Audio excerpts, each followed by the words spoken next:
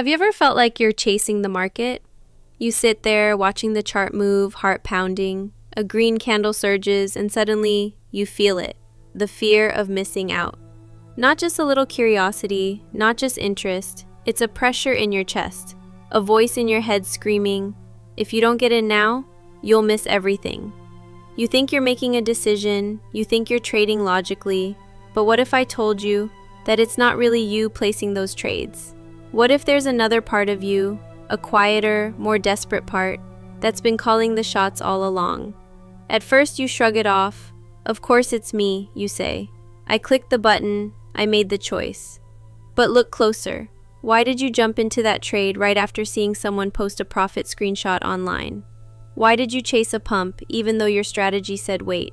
Why did you buy the breakout after it already ran 12%? You knew it wasn't the best setup. You even told yourself, maybe I'll just watch this one. But then, you imagined others making money. You imagined missing the move. You imagined being left behind, again. And so, you clicked. This is FOMO, but not the kind you hear thrown around in trading groups like a joke. This is the real kind, the kind that lives under your skin, the kind that whispers, manipulates, seduces. It disguises itself as intuition, as urgency, as ambition. But what it really is a primitive fear of being left behind. You see, your brain doesn't know the difference between a missed trade and a missed meal. Biologically, the emotional circuitry that evolved to help us survive in tribes, by fitting in, staying close, doing what others did, is still operating today. Only now, it's being hijacked by flashing candles and Twitter threads. The same fear that once made you follow the crowd to avoid being eaten, now makes you buy tops, chase trends, and overtrade. And here's the worst part. You don't even realize it's happening. Because FOMO doesn't shout. It disguises itself as your own voice. It says, just one quick trade, you've missed enough already. This one's obvious. Look, everyone else is in. It sounds reasonable. It sounds urgent. It sounds like you, but it's not. Let me ask you something. How many times have you taken a trade that wasn't in your plan, just because you didn't want to miss it? How often have you entered right after a big move, telling yourself, I'll get a quick scalp? How many times have you held too long, because maybe it'll keep going? These aren't just bad habits, they're emotional loops, and FOMO is the loop master. Because here's the trap. When FOMO wins, and you happen to make money, it gets rewarded. Your brain lights up, your nervous system records it. Chasing equals pleasure. So next time, you do it again. Even if it loses, your brain still says, at least you tried. At least you weren't left behind. It becomes a cycle of emotional validation, a loop of empty urgency. And over time, that loop becomes your strategy. Here's the truth no one tells you. FOMO isn't just a feeling. It's a shadow trader that lives inside you, a mental algorithm built on fear. And unless you learn to see it, to name it, to understand how it operates, you'll never actually be trading. You'll just be reacting. But here's the good news. The moment you recognize this voice, the moment you start to observe it instead of obeying it, that's when everything changes. That's what we'll do in the next part. We're going to decode this internal FOMO engine and show you how to dismantle it. Because doubling your profits doesn't start with better entries. It starts with emotional clarity. Let's be clear. FOMO doesn't just appear out of nowhere. It's not just a reaction. It's a system, wired deep into how your mind works. And like all systems, it can be reverse engineered. But first, you need to see how it operates. Picture this. You're watching a coin pump. It's up 8% in 5 minutes. You didn't plan to trade it, but now, you feel it. Your chest tightens. Your mouse starts hovering near the buy button. Your brain screams, if you wait, it'll be too late. You're not analyzing anymore. You're not thinking about risk, structure, or edge. You're thinking about not missing out. That shift, from logic to emotion, is instant. It happens in milliseconds. Because your brain is wired for survival, not success. And FOMO? It hijacks that survival circuit. Here's what's really happening. The trigger. You see someone win, a green candle, a pump, a post. Your brain interprets it as a signal. There's a reward, but you don't have it. The threat. You feel like you're about to lose something, not money, but opportunity. Emotionally, this registers as danger. The response. Your nervous system activates. Cortisol spikes, blood pressure rises. Your brain shortcuts into action mode. Do something now. And just like that, you enter a trade that wasn't part of your plan. It's not logic, it's chemical. You think you're being decisive, but what's actually happening is this. Your body is trying to relieve discomfort, not make a rational choice. You're not trading for profit, you're trading for relief, for escape, from the tension, from the fear, from the imagined pain of not being in. And this is where it gets dangerous, because the relief you get from doing something, even if it's the wrong thing, feels like winning. It calms the anxiety, so your brain remembers. Next time you feel that pressure, just act. That's the solution. And the loop deepens. So what do? How do you take back control? When the part of you making these choices feels like you start by creating space. Space between impulse and action. And that space starts with language. Here's a simple shift that changes everything. Next time you feel that urge, don't say, "I'm scared I'll miss it." Say, "FOMO is showing up." That one change, from I to FOMO, gives you distance. It separates your identity from your emotion. Because you are not your fear. You are the one observing the fear. When you name the feeling, you reclaim power. When you say, "FOMO wants me to jump in right now," you're no longer inside the emotion, you're watching it. And from that place you can choose. You can say, "Yes, I feel the pressure," but no, I'm not acting on it. That is power. That is self-control. But I know what you might be thinking. What if I actually do miss it? What if it does moon after I walk away? That's the next layer. That's the reward fantasy that keeps FOMO alive. We'll deal with that in part 3, because FOMO doesn't just feed on fear. It feeds on hope, on dreams of quick riches, viral wins, overnight success. And unless you learn to reframe those fantasies, they'll keep luring you back into the trap. Everyone talks about fear in trading, but almost no one talks about hope. And yet, hope is FOMO's most seductive disguise. Let's be honest. You don't just fear missing the trade, you fantasize about what it could have been. You imagine it going 10x after you close the tab. You picture the chart flying, and you weren't in it. You imagine what you could have made, what you could have bought, who you could have finally become. That's not just fear. That's craving.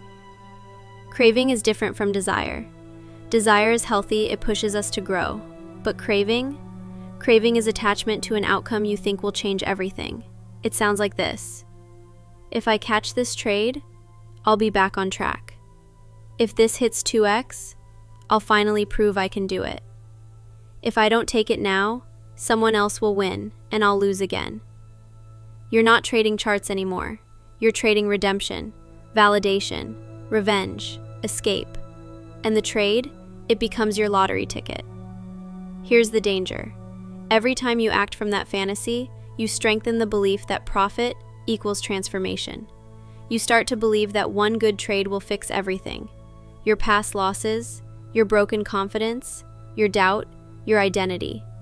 But that's not trading. That's emotional gambling. Let's go deeper. Why does this fantasy have so much power? Because it's emotional time travel. Your mind projects you into a future where everything feels better, where the pain of the present is gone, where you're no longer uncertain or behind or small. That imagined version of you, he's calm, he's confident, he's winning. And the only thing between you and him is this trade. So of course you click, because you're not trading to win, you're trading to become. But that future doesn't exist, not in the way you think. No single trade, no matter how big, can rewrite your story. It can't fix what you're avoiding. It can't erase the parts of you you're unwilling to face. And until you see that, FOMO will keep whispering. This one could change your life, and you'll keep falling for it. So, what's the way out?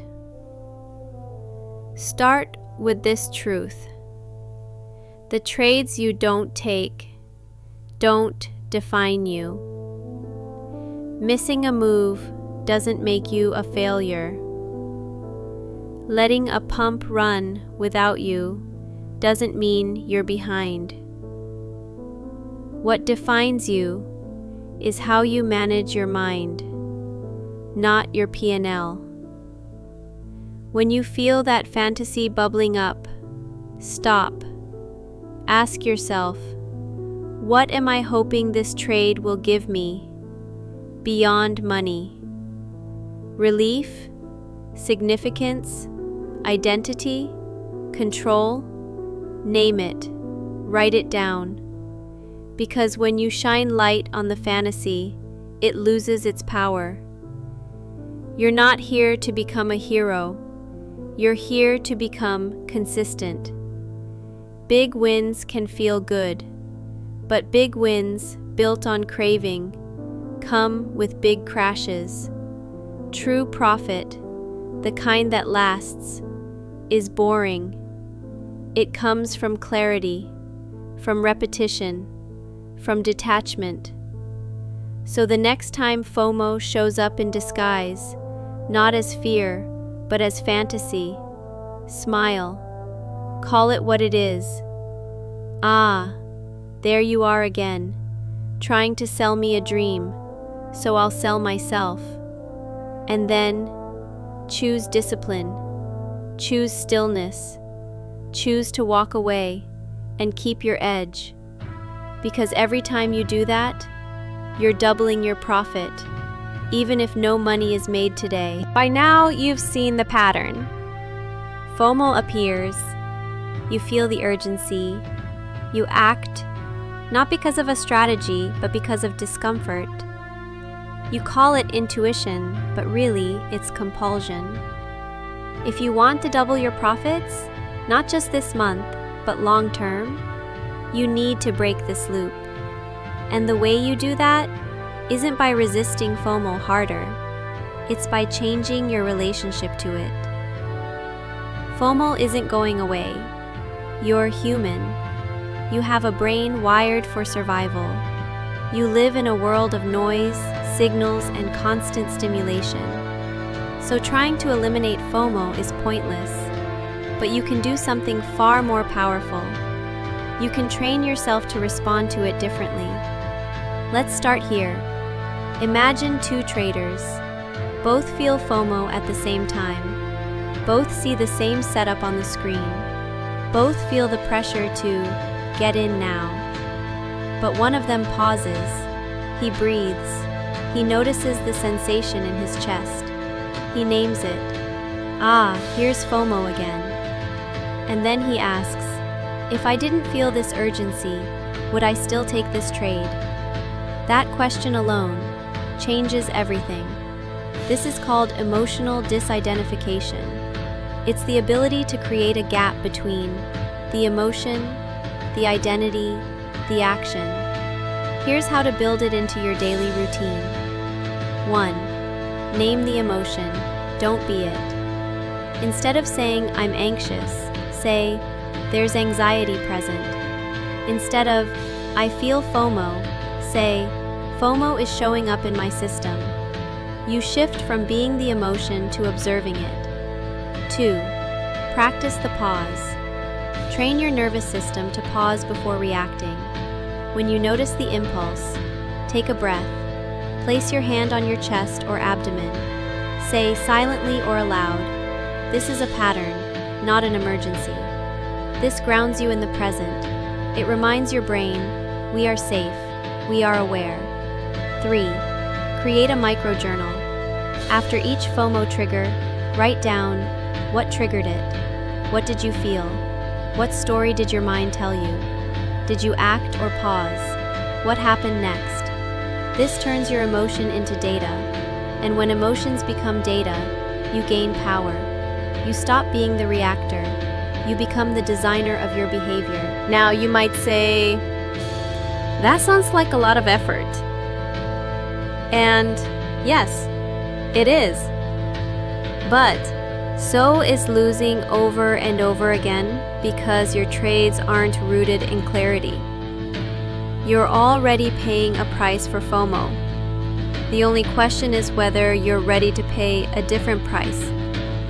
The price of attention, the price of stillness, the price of discipline. But here's the payoff.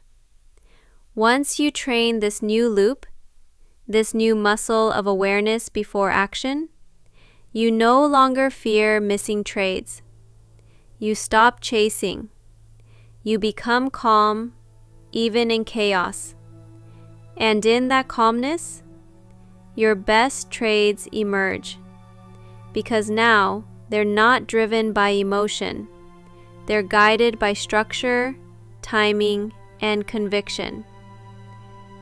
Let me ask you, what if your next best trade wasn't something you hunted, but something you let come to you? This is how professional traders think. They don't fight the market. They let the market show itself and respond with clarity. FOMO wants you reactive. Presence makes you powerful. And every time you train that pause, every time you choose awareness over urgency, you're doubling your edge. Even when you don't click the button. Let's rewind. You started this journey thinking FOMO was just a feeling, just a fleeting moment of market anxiety. But now you see it for what it really is. A mirror. A reflection of deeper patterns. The craving to catch up.